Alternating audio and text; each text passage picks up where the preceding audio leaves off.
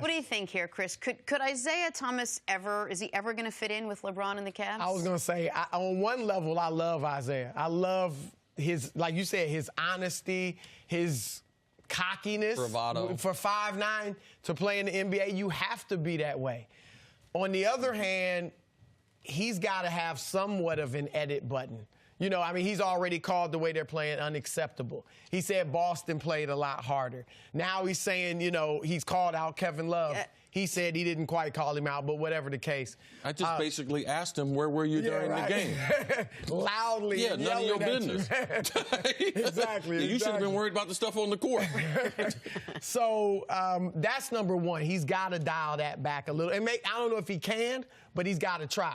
On the court, yesterday was a good sign on the one hand because Ty Lue did something smart. After they started together, he basically played LeBron and Isaiah at different times, which was great. You know, kind of like Houston does at times with Harden and Chris Paul. And in the third quarter, and also Golden State with Durant and Steph. Trying to make sure one of them is still on the court. Exactly. It's smart. Third quarter, Isaiah had 10 points. Right. Big stretch for them.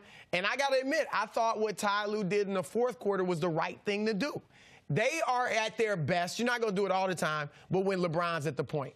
Because then you can have Jeff Green and Jay Crowder, and that's your best defensive lineup, and other guys. If people didn't see it, in the fourth quarter, it was LeBron and reserves. And they ended up getting out to it. They started well. Tristan went to Ty Lue and said, don't put us back in. Stick with them. They did end up putting in Kevin Love late in the fourth, but aside from that, they didn't make a lineup change. So Isaiah Thomas, I don't think the plan going into the fourth was for Isaiah Thomas to not play in the fourth quarter, but he ended up not playing in the fourth quarter because they were going so well. If people didn't see the game. And the thing it was a contested game. For people, they might see the score and not realize that. It was a good game. Yes. It was close until the fourth, until midway through the fourth. The challenge is Isaiah Thomas was essentially playing Dwayne Wade's role yesterday. You know, he had that second unit to himself. He could do whatever he wanted. D. Wade was out. They don't need Isaiah, Derrick Rose, and D. Wade. So the challenge is when Derrick Rose didn't play the second half yesterday. So when one of those guys isn't playing, probably will be Rose a lot of times, or when maybe Wade's not getting a lot of minutes, or it's Isaiah. How's that going to sit in the locker room with these guys? The biggest difficulty for the Cavs, because the trade deadline is February 8th. They have 5 basketball games between now and February 8th. I have no reason to believe that between now and February 8th, Isaiah Thomas is all of a sudden going to be fully healthy. They are not going to get to see what the healthy version, as healthy as he's going to get this year, of Isaiah Thomas looks like with LeBron until the roster is locked. Like Kemba Walker is out there. There are moves that could be made where Isaiah Thomas would have a surprisingly short stint in Cleveland. But they would be selling so low on their big piece they got for Kyrie. I don't think they want to do that. But they're not going to get the information necessary to figure out, is it worth selling low on Isaiah Thomas? Because he's not going to be healthy by the time the trade deadline rolls around. So you're saying trade him before the deadline? I'm saying that I don't think you can trade him, because you won't. If you trade him, you will have never gotten to see what a healthy Isaiah Thomas looks like with LeBron, because of just the timing of the injury and you're not going to be able to fetch enough. Because the thing that's frightening in this is when I watch the Cavs, I miss watching Kyrie play with them. I mean, they are not the offensive team. Isaiah is not Kyrie. And watching Kyrie play on Saturday against Golden State and then watching the Cavs on Sunday, it's not nearly the same. I don't think it's even a conversation as far as trading Isaiah, because they're not going to be able to get anything for him as far as what a player like him would be worth if he was healthy. And I think it would be admitting a failure in the Kyrie trade. I think if they could get, and I don't think they can, a Kemba Walker, I think you do that in a minute. I think they would do it. Because Kemba Walker he's got a great contract. Isaiah's in the last year of his contract. And see, that's part of the problem, too, with trading Isaiah, and I don't think they will.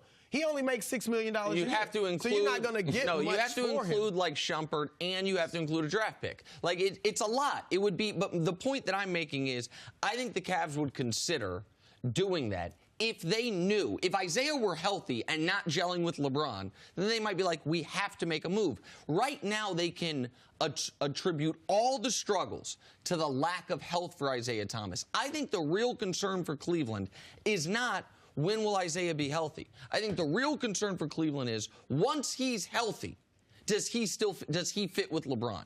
That's the question because of the role he played. You mentioned they're at their best when LeBron plays point guard. They're at the best when he's running the show. That's the role IT played in Boston, and that's information they won't be able to get until after the deadline. And how much time do you give them to figure that out?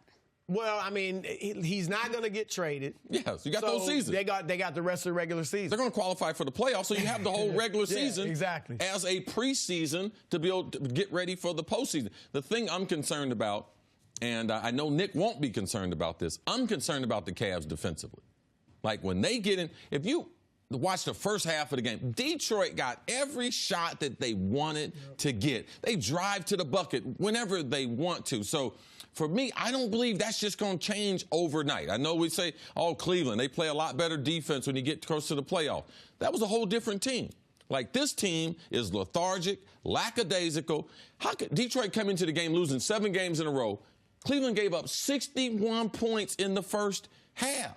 So I'm concerned about those things. Those things are happening too much on a regular basis, which I think are a greater concern than Isaiah Thomas. Well, and when Isaiah's out there, the defense is atrocious, giving up like 117 points every 100 possessions. Much better without him. They were good in the fourth quarter defensively.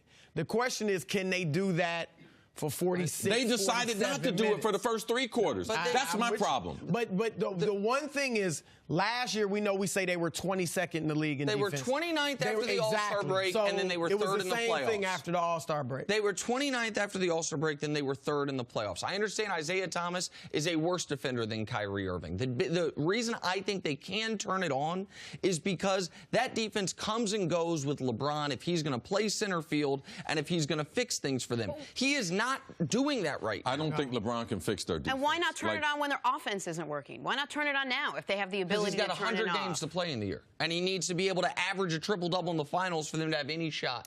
He has paced himself quite well over the last decade. LeBron is why you think. Oh, my God. Like, LeBron could decide to turn it on in the defensive end. Like, well, that's Nick. literally exactly what happened last year. Last year, they were 29th after the All-Star break, and then in the postseason, what, did Kevin Love become a better defender than Kyrie? They were better than everyone in the East. Okay, but that's... I mean, by a large margin. But we're talking about their defense specifically. Yeah, they got 8 new players.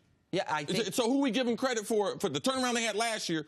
Who we? I think they have a more talented defensive They're not as close-knit. More talented this year? Defensively. With Jay Crowder there. Crowder will start with playing Dwayne Wade, who's playing very well defensively. What? That is a fact. Check any of the metrics. He's their best defender right now, Dwayne Wade. Jeff Green can be a good defender. Yes. So, I mean, we'll see. Can be. We'll see. Yeah. When they want to, they will. I'm going to hit a growth spurt. I'm going to be 7'2" next week.